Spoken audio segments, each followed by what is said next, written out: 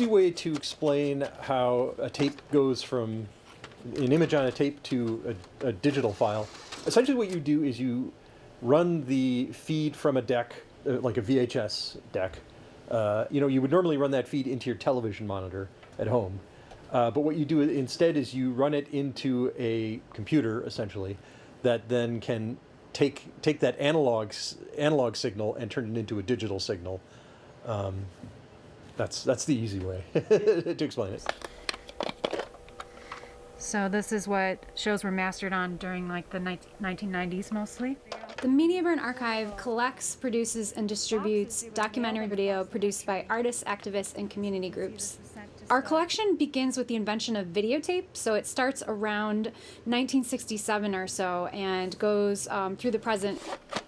The guiding rules is really that it was made by usually a person or a small group of people with a passion for telling other people about something that's important, and mostly was produced outside of corporate context, so very independent. This is where I do most of my transfers. We've got a bunch of VHS here, but then we've got different things. We've got Betacam up here, we got U-Matics over here. There's a lot of like mechanical tinkering around, and then you've got little scopes to make sure that you're getting your color right, and to make sure that the image is not too bright, not too contrasty, and the darks are just dark enough, but not, So there's a bunch of like little things you do along the way as it goes from tape over here to digital file over here. We're incredibly excited to have received a grant from the Council on Library and Information Resources.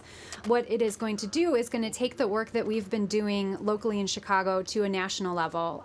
It's a partnership with 6 different institutions, and together we are going to be digitizing more than 1,000 videotapes produced by a whole wide variety of people around the country whose work hasn't really been seen outside of their communities. It's going to be called the Guerrilla Television Network. This is a half-inch open reel video. This is the stuff we're going to be dealing with a lot specifically for this grant. There is so much media history that is just sitting in people's attics and basements and will be imminently lost. One thing that people don't realize is that videotape is very, very short-lived, and so all of those tapes that people have, in their basements, in boxes, those tapes are not going to be playable for much longer. Really exciting work was done on videotape. We sort of elevate film in our society as an art form and think of video as maybe something else, but so much of our culture has been captured on video and television, and it's really important to me to find that material and save it before it's totally lost. Hey, if you like that video, be sure to subscribe to our ABC7 Chicago YouTube channel.